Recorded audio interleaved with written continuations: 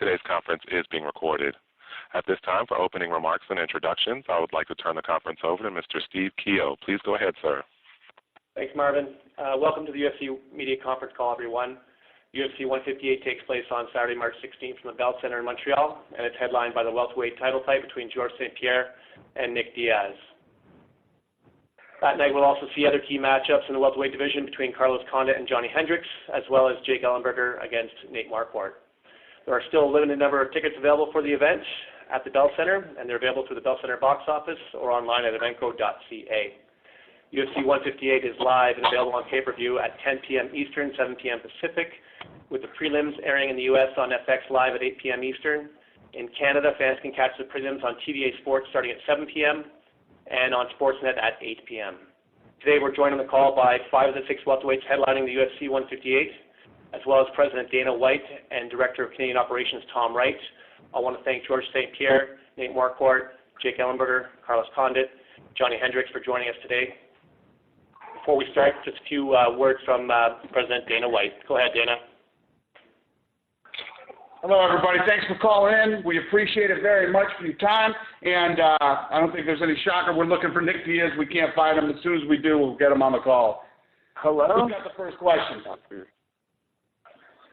You kidding me? Nick, are you on? Yeah, hello?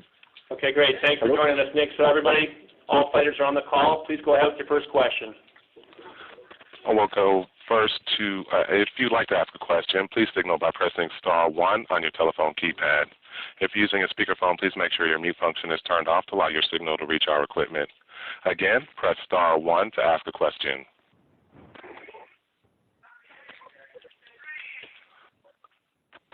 We'll go with Neil Davidson with the Canadian Press. Please go ahead. Carlos Condit. Carlos, you're in a somewhat unique position to comment on the main event, given your experience with the fighters. I wonder what your take is on the GSP Diaz fight. How do you think that's going to go? I think it's an interesting matchup. You know, their styles are really different. I think Nick can pose some problems to George, but ultimately I see George coming out on top. Okay, and if I could have a quick follow-up with Dana. Dana, a lot of people, I think yourself included, and George has said that the St. Pierre Diaz fight was the one that fans wanted to see.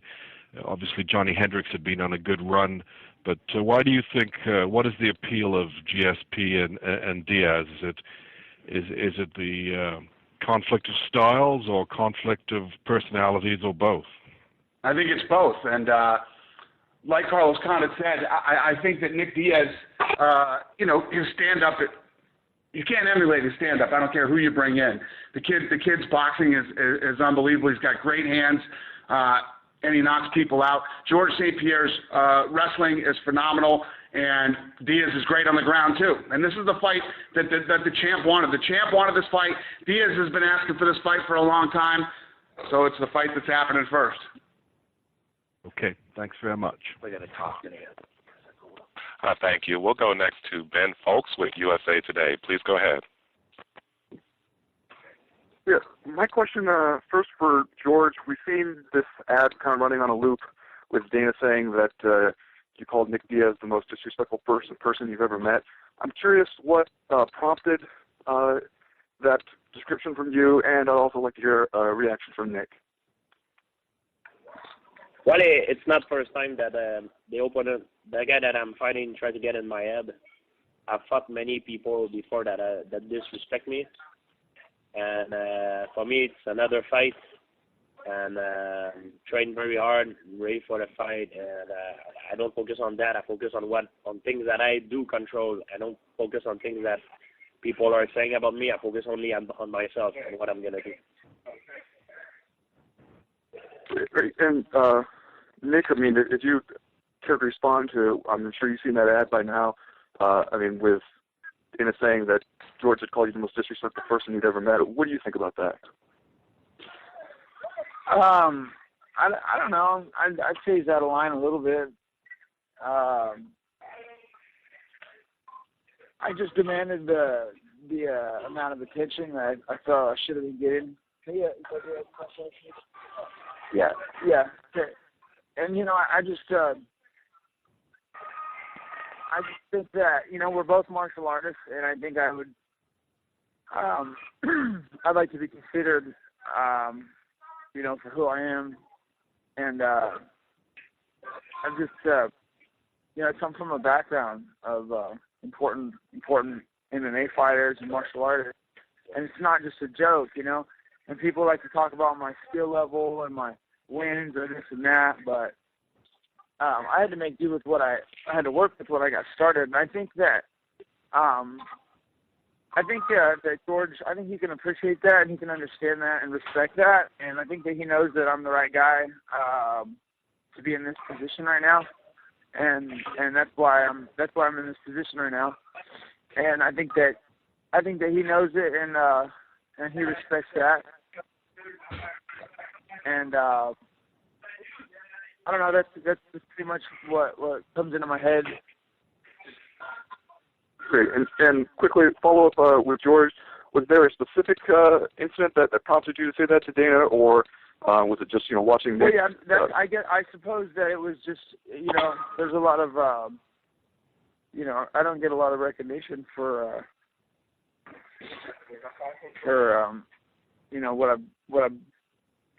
what I'm not set out to do here.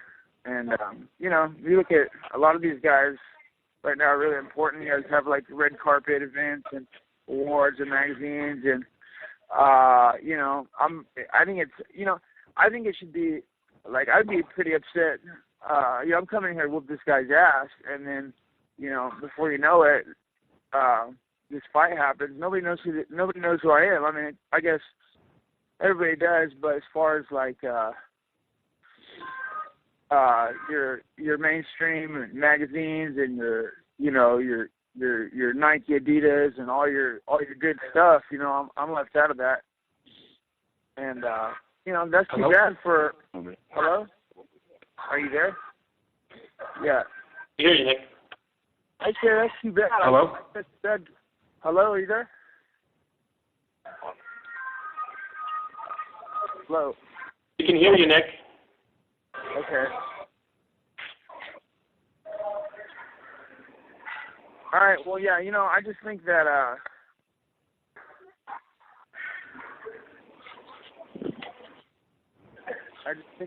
should be given the credit that I deserve, and that George St. Pierre should be given this sort of decorated opponent that he deserves. And I'm hardly that. From the fans' perspective or from the people's perspective, and that makes me pretty angry. And then when I come off on a video, I come off pretty angry. So you can talk about all this disrespect and how I bring forth all this disrespect. I'm so disrespectful, but I'm disrespectful only because I would like the acknowledgement that I've gotten over the last. I've gotten over the last months or weeks leading up to this fight from George St. Pierre, because he will tell you right now that he believes that I'm the right guy to be in this position, and I think that that's for a very important reasoning, and I think that should be brought to the table, and that's a lot of time that's where a lot of my attitude comes from, but all said and done, he's ready to fight. He's ready to recognize me as the rightful opponent, and so I don't got no problem. All right, so I'm ready to fight. I don't know how the fans feel about that. But I'm not over here trying to make friends. I don't know what you want me to say. Disrespectful. What? I think it's disrespectful that people try to act like I'm not important. You know who I am. Everybody knows who I am. George knows who I am.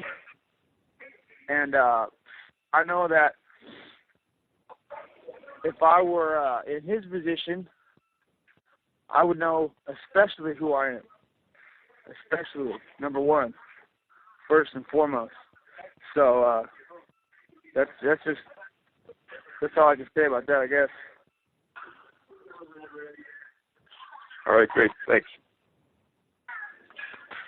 Thank you. We'll go next to AJ Perez from FoxSports.com. For George, on Twitter, there's a kind of a trending thing the last couple of days, GSP's dark place. Have you seen that kind of those tweets coming out the last few days? And what do you think about that? No, I have not seen it. I never tweet once in my life. I have people doing it for me and posting the stuff for me, and I'm not into the social media at all, unfortunately. And a follow up for Diaz. Do you this whole dark place thing? You've seen it mentioned several times. What do you think his dark place is, Nick?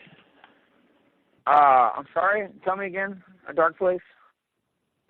Yeah, the GSP said he's going to draw from a dark place to kind of in this fight coming up next week. Do you you have a lot to draw off of? Do you think? I don't know. I don't know why he's acting up. I think he should just be himself and do his thing. Wants to come all from the dark side on this one. I don't understand it. Like, I really don't. I could give it. I don't care. I'm not told about how they're going to portray me or him, or they don't give me any ideas or plans on how they're going to do some sort of a build-up or a prime time, or if they're going to do it or if they're not going to do it. I'm sitting around and plan how I'm going to act or how I'm going to come off. Oh, I better say something intimidating, or I better talk this shit or that shit. I just got to do what I got to do. So I don't know what he's going through with the whole dark side or where he comes from or whatever. I know where the fuck I come from. I don't have to dredge up some bullshit to get everybody excited. But whatever, you gotta do what you gotta do. I mean, they put you up to doing what you gotta do as well too. They want to tell you you're exciting, you're not exciting, you're important, you're not important. You wonder too if you're not in the media circle. You wonder what the fuck's going on. I'm sure you worry about it.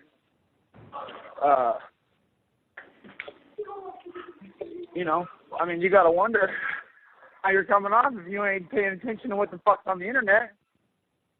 And then now you're over here doing I'm from the dark side mode. I don't know. I'm ready to do my job. I got fight. I'll keep it real.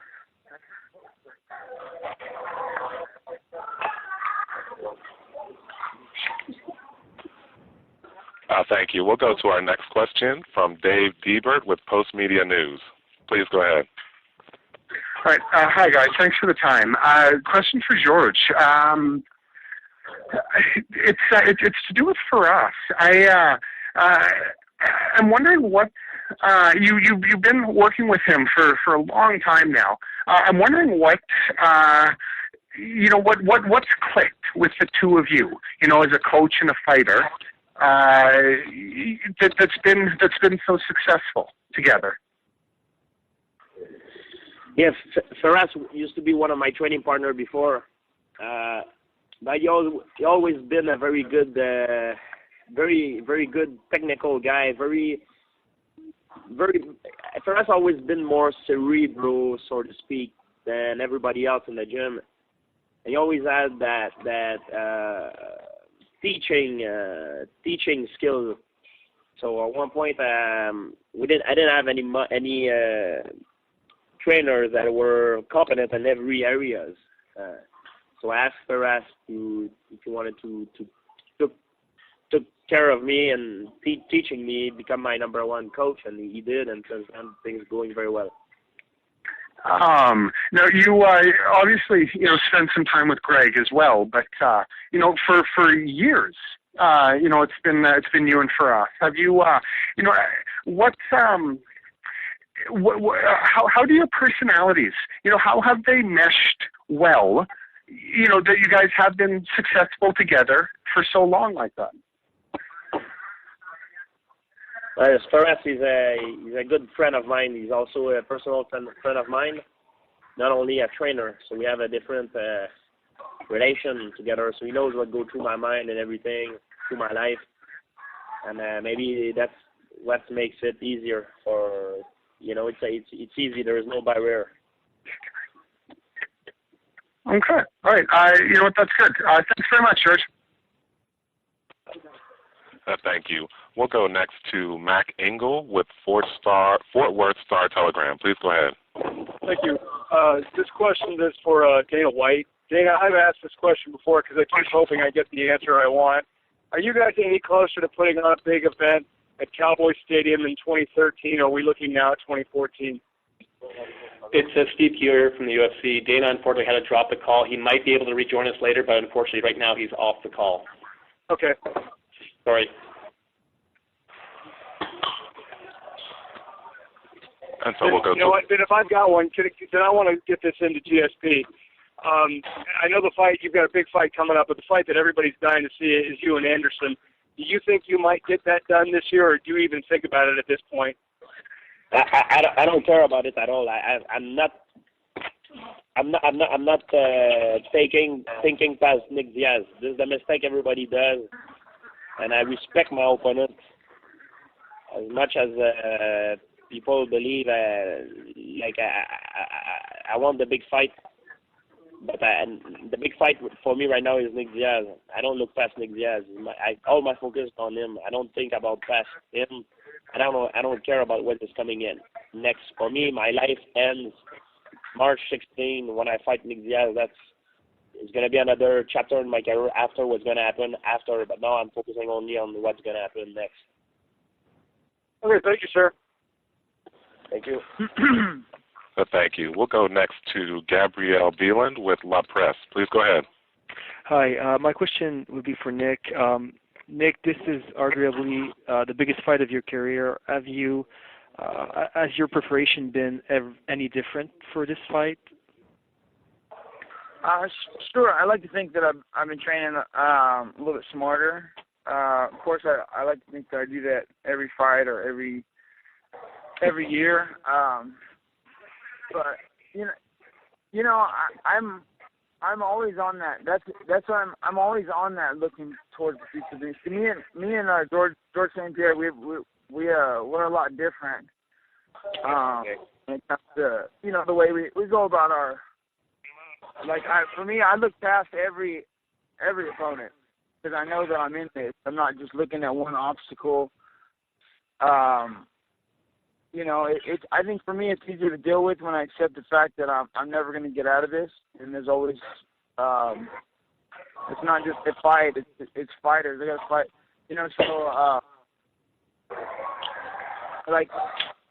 I've looked past every opponent to get to the number one spot of the welterweight division, and then I look past that.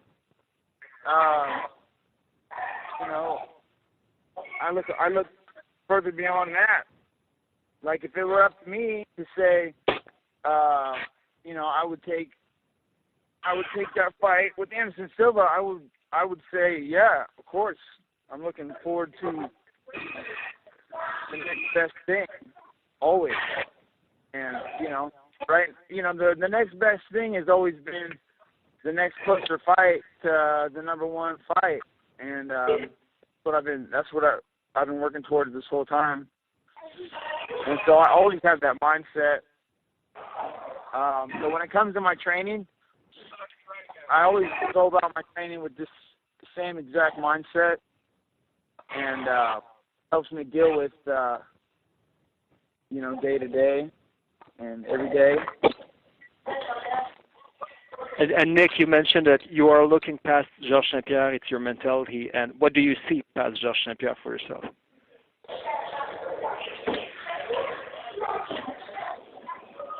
I don't know. I'll have to take a long, hard look. But if I had that option available to me, I would be honored to be in that position. And I would be gratefully accepting of that position or fight, if you will, with the 85-pound champion or the 155-pound champion. I would take either fight, and I think I could beat either guy.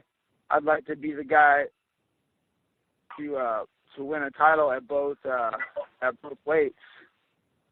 I'd like to be a runner-up in the pound-for-pound rankings, and that's the number one goal. Aside from the number one ranking in the welterweight division, what I've been first. That's what I've been working towards here. Thank you, Nick. Thank you. We'll go next to Victor Garcia with Fox News Latino. Please go ahead. All right. GSP, I wanted to ask you a question. Number one, if Nick Diaz didn't call you out after the BJ Penn fight, would you have asked for this matchup? Yes, because I think his victory over BJ Penn and the way he beat BJ Penn solidifying his position as the number one guy. And his fight with Carlos Condit is a very close decision that he lost, and I believe it solidifies his position as the number one guy. And I believe, I would like to fight him because of that, of course. All right. Now, Nick, I wanted to ask you, how much do you really hate doing this type of stuff, like these conference calls and like that? I know a lot of press has been going on about that. How much do you, how much do you dislike doing this stuff? Oh, I like it just fine. I just like to know about it. I got the heads up here. I checked my messages last night, and I had been getting messages yesterday about this call today. So luckily I was running a little bit late. Otherwise, I wouldn't even have known that I had a call. And so, it's just for me. A couple weeks away from the fight, I'm pretty focused in doing the rest of what I got to do. And when I've got cameras following me around, and you know what? I don't mind that either. I don't care if there's a camera crew sitting in the back seat of my car. I could give a shit. I just don't like. I don't like what I'm not ready for. I don't know about it. You got George. They got someone over there powdering his nose out. You know what I mean? And they're gonna send him off for a video shoot. He's got someone gonna make a Twitter for him. Now he don't even know how to talk. He don't know how to act right. He's got people living his life for him in the open or in the public. I mean, I don't know how. I would like to just stay out of I would like to just keep it real. That way I don't got to put on no image. I don't know how it works out. I'm not in his shoes, so I don't know. I have moderate a little assumption I can make from time to time. But I think that I would just like to keep it real, and be me. But it's really hard to do. You walk around everywhere, and everybody knows who I am. And it's embarrassing too, when you're not looking the way you want to look and coming off the way you want to come off. But everybody on every street corner knows who you are. They can see you a mile away. They're like, hey, and they point a finger. You can't get away from that, So it's the same thing as a video camera. And I'm happy for it. I'm ready for it. But I'm happy for it when I'm ready for it, And my life's a mess. I'm not afraid to admit it. I work hard regardless through this shit. But I don't have people, calling me off and handing me water bottles left and right and getting my, training ready for me and getting my shit ready. I got to do all that shit on my own. And every day I know it, that I'm over here doing it on my own, and that's why I know I have to go that much harder and concentrate and do that much more, because I don't have people sending tweets out for me. I don't have people taking care of my money or financial tax obligations or whatever, what have you. All that stuff that's important that people don't want to talk about. Yeah, I'm pretty fucked there because I'm too busy fighting all your fights. I'm too busy entertaining all the fans. I don't see anybody else bringing shit to the table. You know, this martial arts works for them too when it comes to like the way that everybody wants to be like GSP. Everybody wants to be strong and they want to have the fitness and they want to just kind of overcome that technical aspect by just being stronger, more explosive, quicker. You know, beating you to the punch when it comes to the scoring in the 5 minutes. And it's just, it's really not what martial arts is about. This is mixed martial arts, and that's what we should bring to the table for the fans. That's what the fans want to see, and they can recognize that, obviously, because I've lost a shitload of fights. But guess what? I'm here.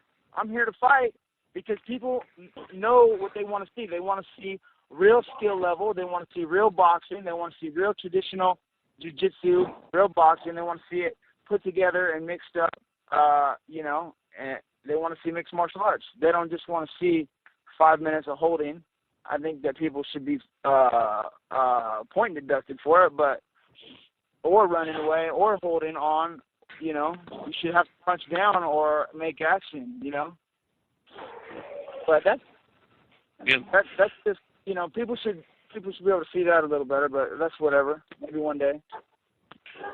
Thanks, Nick. Are you know, going back to Nick's comments for a response, are you pampered?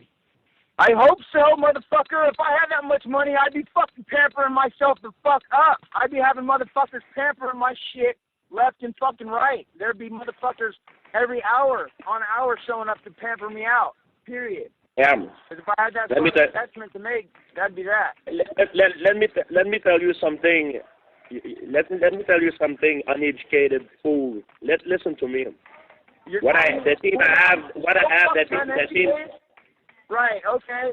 I'm going off what I think. You do a great job of explaining and making things real for what they are, motherfucker. I'm not stupid. I can tell what's what. Yeah, you look pretty smart right now. No, I'll listen. You say what you're gonna say. I'll listen. You say what you're gonna say, and you know, I can understand you. The rest of the people in the world should be able to understand you when you try to say whatever it is that you're supposed to say. So say it. I'm not always been like this. I've not always been rich. I start from the bottom. I made myself. I work very hard to be where I am right now. And as much as I know you don't believe this because you didn't succeed yet, and maybe you will never succeed in your life because I don't think you're smart enough to understand how you should do to reach that point. But what I do when you talk about stuff that people doing for me, it's called passive income. When you reach a point that you for your business, you need people, you need a team to work for you to make the economy, to make the money rolling. That sounds nice, George. That sounds nice, George. Okay, if I wore some tight shorts out there and got a fucking haircut, and I had someone buttering me up halfway through telling me this bullshit, maybe it would have worked out. But I doubt it. You don't even know where I come from. You're trying to talk about where you come from. You should see this shit over here. Nobody wants to come out here. Nobody gives a shit about who you don't know anything about me, man. You don't know anything about me. You think I'm born rich. I'm sure. I am not, my friend. I'm sure you worked hard. I'm sure you have no idea. You have no idea where I come from. You have no idea. Shit. No, you worked on your backflip and you got your shit right and you fucking got out there. And you fucking I succeed, you're not the only jealous guy who's gonna take my place. Right, bro. Hey, no, I'm not jealous. Okay, you did the right shit. What you had to do. Hey, you had a year on me too, but you got that fight and you won that fight. All right. You know, I was coming right behind you. I don't have anything to say to you. I don't mean to be disrespectful. I don't have anything against you. I don't have anything. When it comes to what you're doing, and I think you've done a great job, to be honest with you. I just so that you know that, I think that you do a wonderful job for who you are and what you do and what you have to work with or whatever it is. You know, sure you're pampered out, okay? I'm not saying that. I don't have anything against that. All I'm saying is, look, I hope so, motherfucker, because this is some fucked up shit. And if I had the money and if I had the right people on my side working for me, if I had some motherfuckers dropping dime on this guy and that guy to make sure I have my shit ready for me, I would be doing it, and you bet your ass it'd get done. But I'm over here still doing that shit. Try that shit from when you're 21 all the way to when you're fucking some 32, which you are now. It's a bitch. All right? If you are where you are right now, and I am where I am, it's not my fault. It's because of you, man. You did not succeed. You did not succeed because of you, man. Because of you. Whatever. Whoever said, whenever I was never putting any blame or pointing any fingers towards you or anything being your fault. You're the one fucking rapping about how you're not pampered or you are pampered. Whatever. Answer the fucking question then. That's all this is about. You don't have any fucking arguments with me. Pampered. I don't even know what does that mean, man. That pampered. You don't even know what does that mean. What the fuck? You don't have any arguments. I don't understand half of the word that you're saying because your English is. I speak English better than you, man. Because talk to me like a normal human being, man. No, you're talking shit and you're out of line, bro. Straight up. You understand that, right? You're rapping that bullshit and you're fucking out of line. Understand that. I didn't say shit. The guy asked what you think about being pampered and shit like that. You didn't even get to answer the question because I said, motherfucker, I hope you're pampered. You see, what you said, I don't understand half of what you said. I don't understand what you said, Nick. I don't even understand. I'm heard. I don't know what it means. You don't gotta understand it anyway. Explain to me what that means.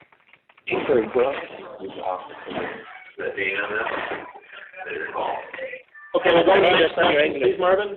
We will go to the next question from Ron Kruk with Inside MMA. Please go ahead. Hey guys, don't really know how to follow that up.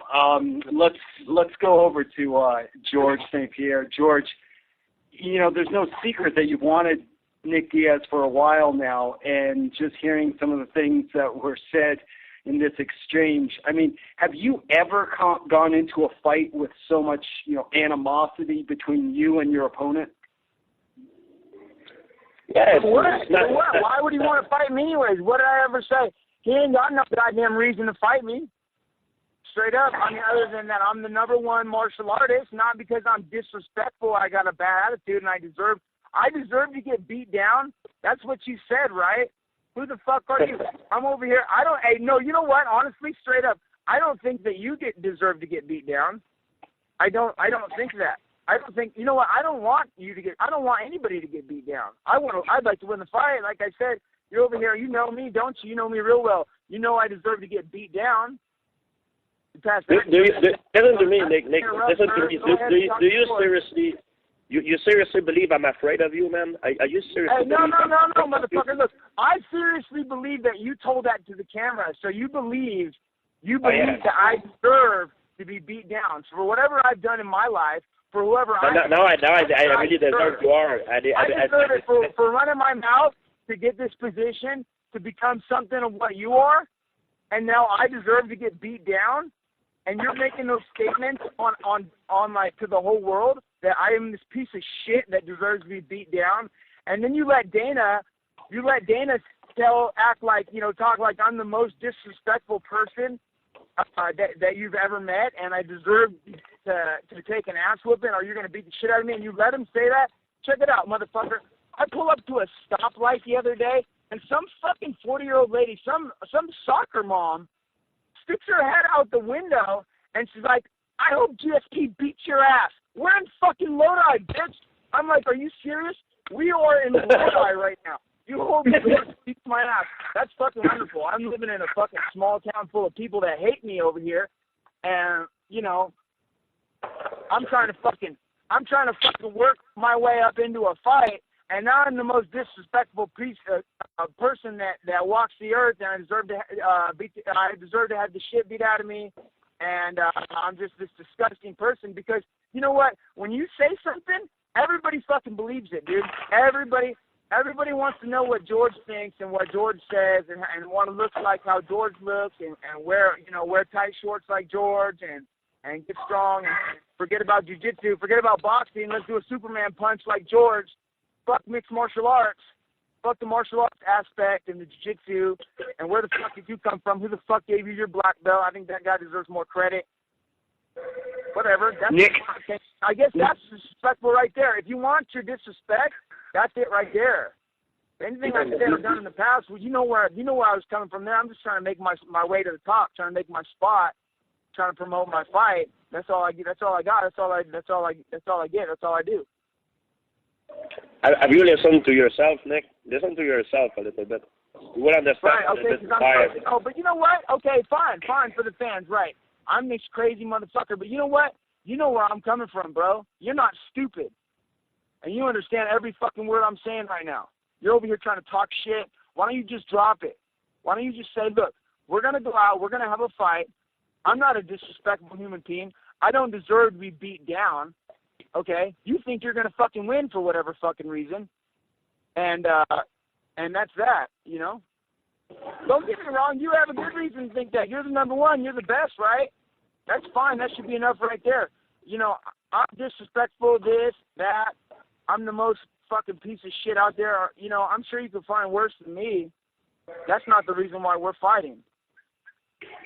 That may be the reasons why the fans, you know, built this fight and why, you know, it's the, or what sparked up, you know. But I'm the right guy. You know, you want to fight. What? Yeah, yes, you are. Old George, right. Listen to me. Thank you. You are the right guy, Nick. You are the right guy. You're going to go out there and work out with Johnny? You guys are going to have a wrestling match? No. That's not what nobody wants to see that. We're fighting each other because you're the right guy. You're the number one guy. And the fact that there is a lot of animosity, it's good for the fight. It's good promotion. Everybody wants to have that fight because you're the right guy. I don't wish you a bad life. I don't wish you bad thing. It's a fight. I want to win.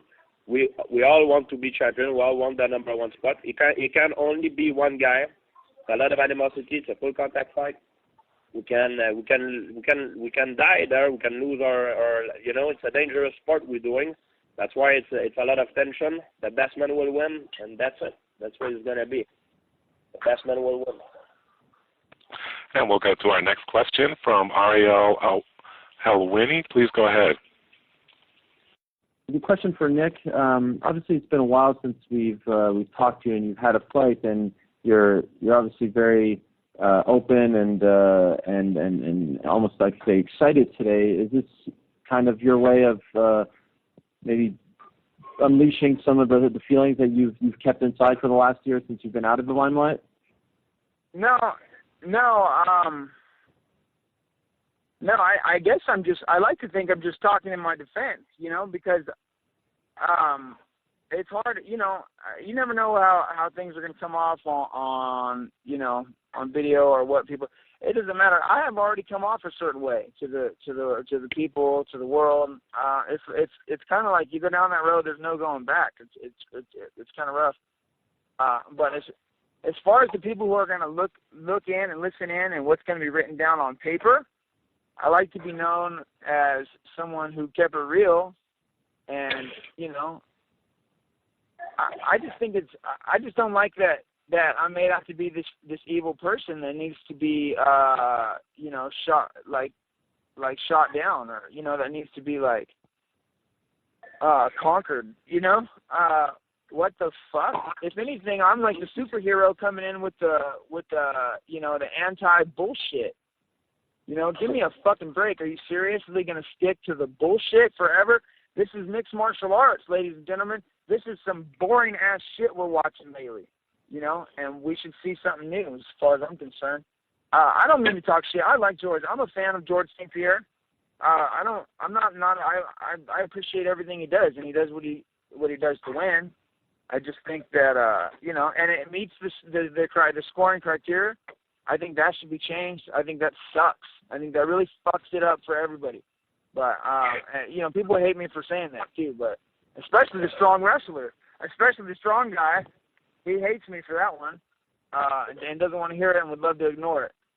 But one day I think the rest of the people of the world are going to see mixed martial arts for what it is and what it used to be, and maybe start to manipulate the way it works a little bit. I mean, come on, the scoring and the judging and the system and the whole, it's crap. I think they should just go ahead and take the elbows out too. I just think that it kind of nullifies the action. And that's how it works, man. One day people are going to realize, and then they're going to look back. They're going to look back and they're going to say, man, this motherfucker right here, he was saying that the whole time. So.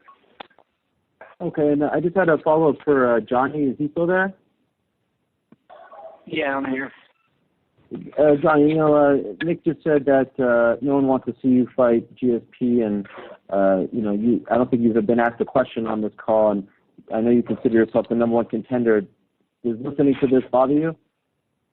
No, it doesn't, because if he's watched any of my fights, when have I ever took anybody down? You know what I mean? I have wrestling, yeah, I do. My background is wrestling. I have knockout power. You know what I mean?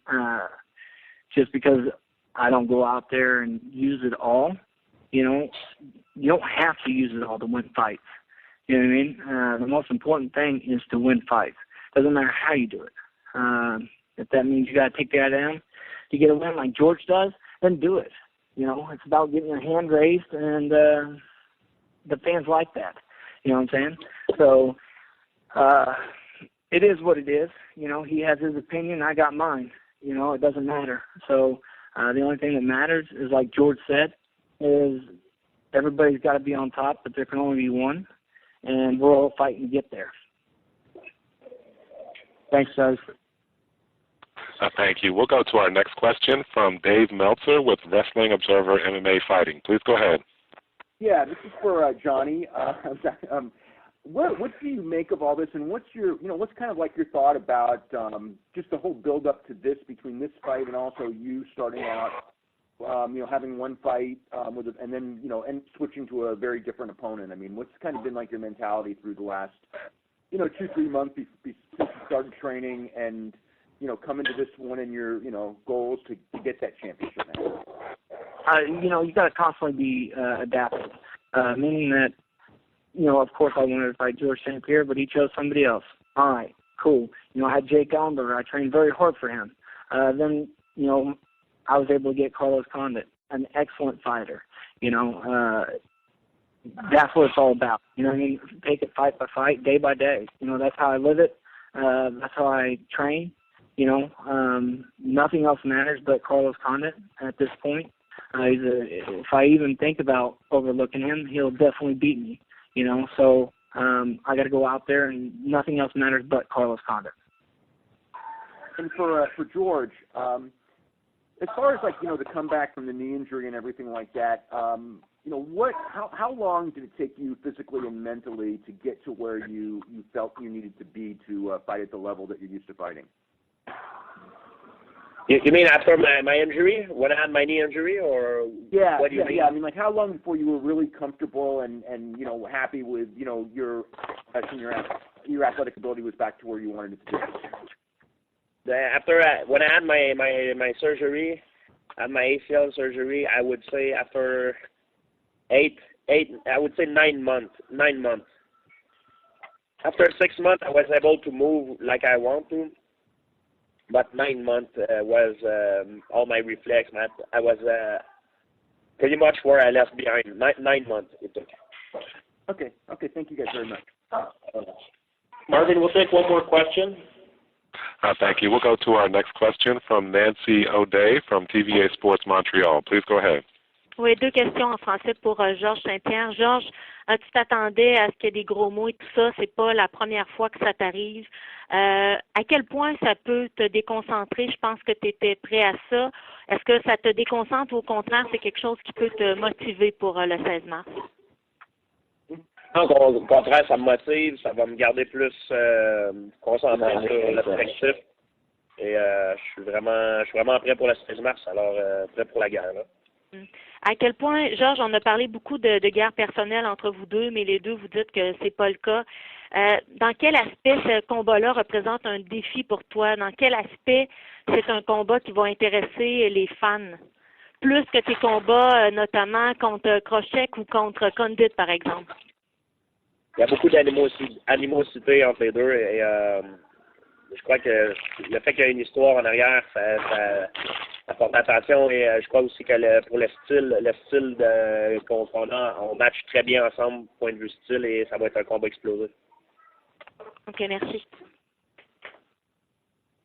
Thanks, Nancy, and thanks, everyone. I want to thank all the fighters for joining the call today, also the media, Dana White and Tom Wright. I just want to update a quick update on the schedule for UFC 158. Open workout is going to take place Wednesday, March 13th from 11 a.m. to 2 p.m. It's downtown Montreal at Complexe des Jardins. We're going to have a full day of events free for fans from 8 a.m. to 6 p.m. UFC Fight Week pre-fight press conference will take place at the Bell Center. This is not open to the public. It'll be on Thursday, March 14th at 1 p.m. at Mise au Jeu restaurant, same place as post-fight. Fight Club Q&A on Friday at Bell Center is going to be with Matt Hughes. That's at 2 p.m. Weigh-ins will be at the Bell Center at 4 p.m. Eastern that day. And the first fight slated for 6:35 on Saturday night. Also, a quick reminder that tickets for the Ultimate Fighter finale, which takes place on April 13th in Las Vegas, go on sale March 8th. And that's through Ticketmaster and the Mandalay Bay Events Center box office. Uriah Faber will meet Scott Jorgensen in the main event, while the Ultimate Fighter finale will also go down. I want to thank everyone again for the call, and we'll see you all next week in Montreal. Merci. Thanks, Marvin. You're welcome. This will conclude today's conference. Thank you for your participation.